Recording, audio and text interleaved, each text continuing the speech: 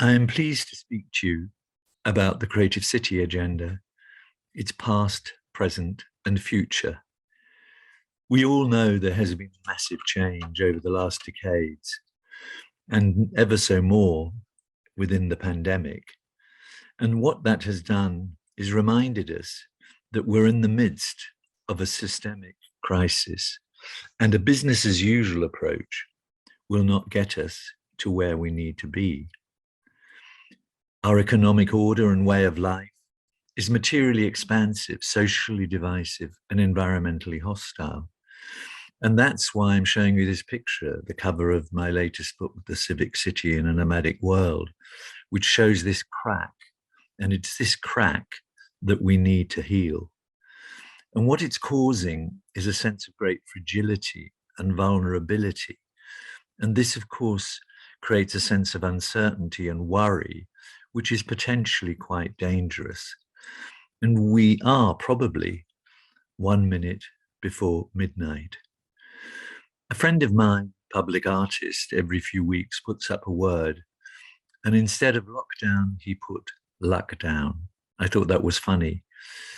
But I prefer this picture, which is a bit brighter, because the whole Creative City agenda takes a half glass full approach.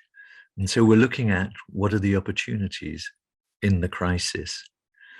Now, every city across the world is thinking again, what shall we do? How shall we frame our city? How shall we create it? How shall we bring it together in ways that blends nature and the physical city together in harmonious ways? But a reminder, there have always been creative places, because cities are, of course, also the laboratories for solving the problems of their own creation. And here is just an image of Siena to remind ourselves of that. But the novelty in all of this is becoming and being self-consciously a creative city. That is the new thing that's happened over the last 30, 35 years.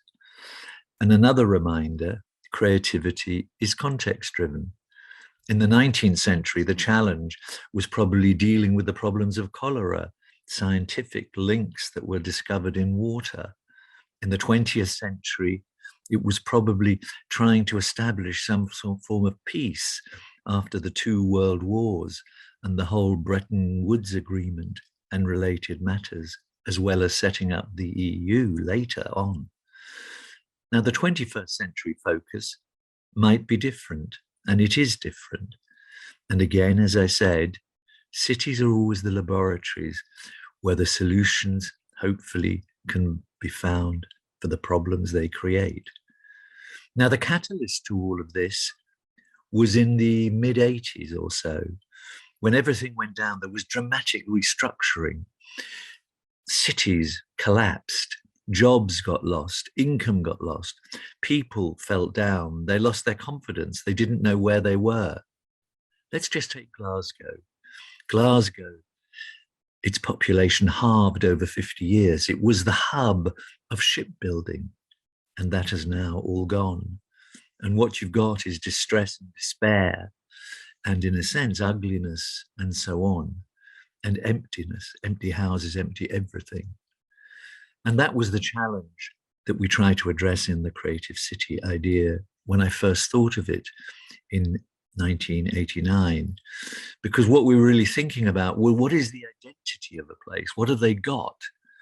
And what they have always is a culture. And some places that were once great have a very strong culture. Think here of Glasgow or Liverpool in the UK, but many other places elsewhere. And so there they are with that history. And sometimes that history can be a weight on them because they feel they can never regenerate it again. But it can also be a backbone as a reminder as to what they have achieved. So when you're looking to the future from that perspective and today again, there really is a need to be alert, to be awake, to really think through what we have. And so the initial idea was really a clarion call to create the conditions for people to think, plan, and act with imagination, and to solve problems and to create opportunities. And an encapsulating slogan might be, how do you move from a no because culture to a yes if culture? This is a culture that is open and sees opportunities. And again, as I said, tries to take the half glass full approach.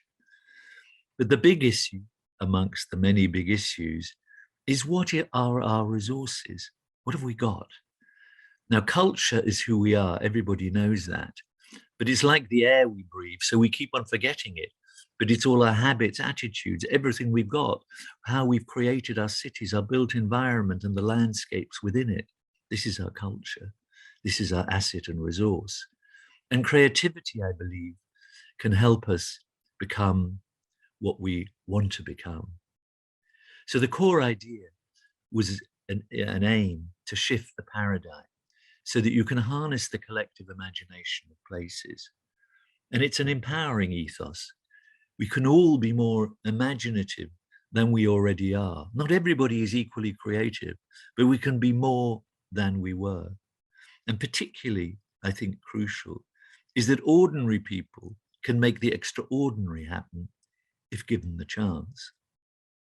So artistic thinking can help in this processes because it tends to help us look at things afresh.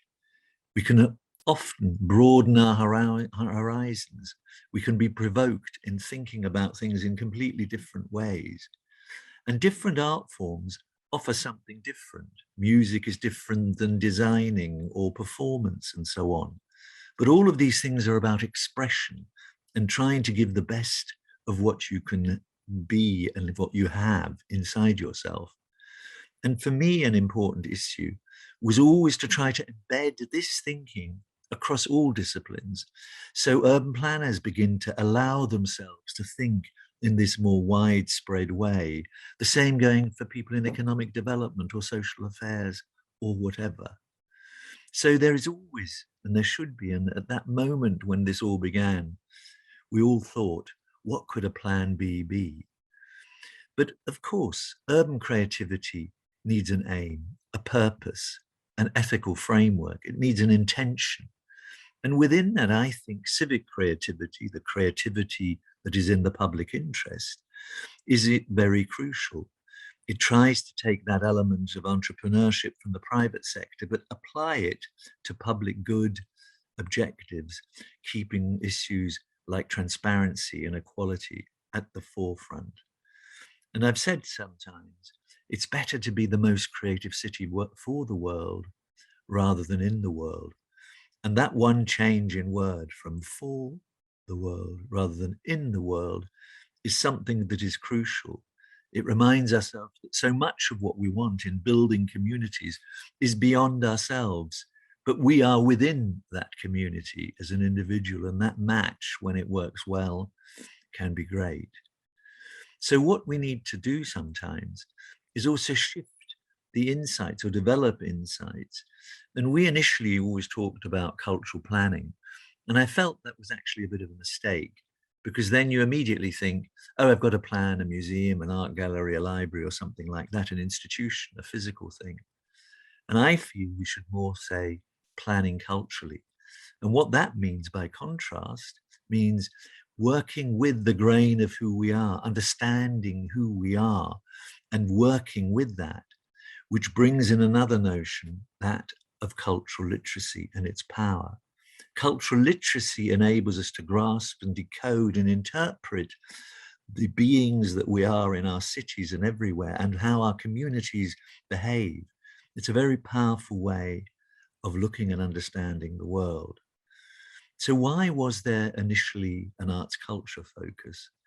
It was mostly because this sense of identity and belonging was originally fractured. But of course, it's always an issue in places which are mixed up with all so many people. Who am I? Where am I?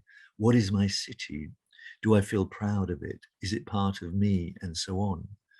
And what we were trying to do is build up evidence over time why this is important.